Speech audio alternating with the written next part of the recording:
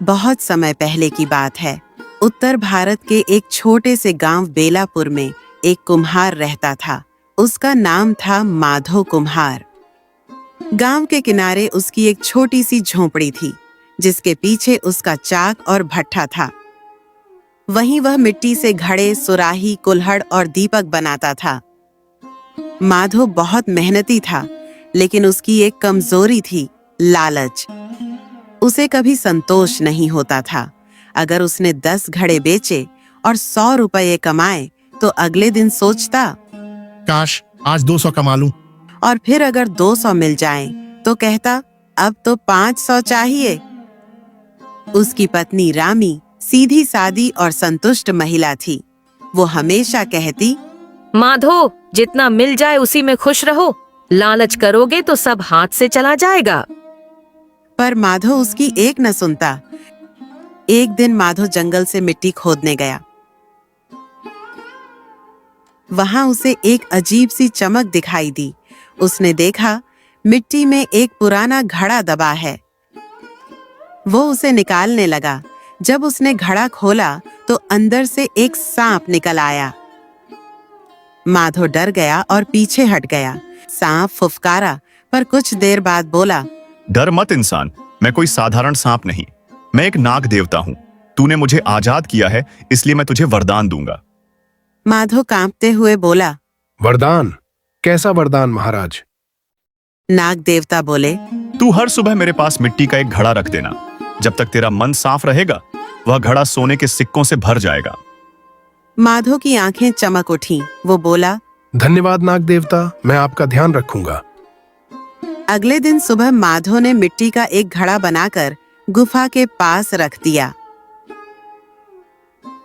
कुछ देर बाद जब लौटा तो देखा, घड़ा सोने के सिक्कों से भरा था। उसकी खुशी का ठिकाना न रहा। दिन पर दिन वो हर सुबह एक घड़ा रखता और हर शाम सोना लेकर लौटता। उसने अपने घर की झोंपड़ी की जगह बड़ी हवेली बना ली, बढ़िया कपड़े पहनने लगा और गांव में रौब झाड़ने लगा। अब वो गरीबों को तुच्छ समझने लगा। जो पहले सबको मुस्कुराकर नमस्ते करता था, अब कहता, दूर रहो, मेरे पास समय नहीं। उसकी पत्नी रामी ने कई बार कहा, माधो, ये सब नश्वर है। कभी सोचा अगर नाग देवता नाराज हो गए तो?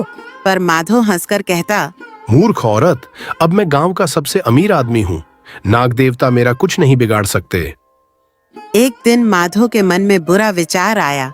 वो बोला, अगर मैं हर दिन एक नहीं 10 घड़े रख दूं तो 10 गुना सोना मिलेगा। रामी ने डरते हुए कहा, ऐसा मत करना माधो, वरदान में लालच मत दिखाना। पर माधो ने उसकी एक न सुनी। अगली सुबह माधव ने गुफा के किनारे 10 घड़े रख दिए। थोड़ी देर बाद जब लौटा तो देखा, सारे घड़े खाली थे और उनमें सिर्फ धूल और राख पड़ी थी। वो गुस्से में चिल्लाया, नाग देवता, यह धोखा क्यों?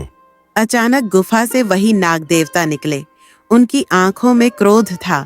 माधो, मैंने तुझे इसलिए वरदान दिया था क्योंकि तू मेहनती था, पर अब तू घमंडी और लालची हो गया है। तूने सोचा मुझे छल सकता है। अब तेरा लालच तुझे मिट्टी का बना देगा, जैसे तेरे घड़े। नाग देवता ने फुफकार मारी और माधो वहीं बेहोश गिर गया। जब माधो होश में आया तो देखा, उसके सारे सोने के सिक्के मिट्टी बन चुके थे। उसकी हवेली फिर से ढह गई थी और उसका भट्ठा भी जलकर राख हो गया। वो दौड़ा अपनी पत्नी के पास और रोते हुए बोला, रामी, मैंने लालच में सब कुछ खो दिया। रामी ने कहा, मैंने पहले ही कहा था माधो, धन से ज्यादा मूल्यवान संतोष होता है। अब माधो फिर से अपने पुराने चाक के पास लौट आया। वो हर दिन मिट्टी के घड़े बनाता, उन्हें गांव के लोगों में बांटता और अपने किए पर पश्चाताप करता। धीरे धीरे उसकी मेहनत और सच्चाई से गांव के लोग फिर उसका सम्मान करने लगे।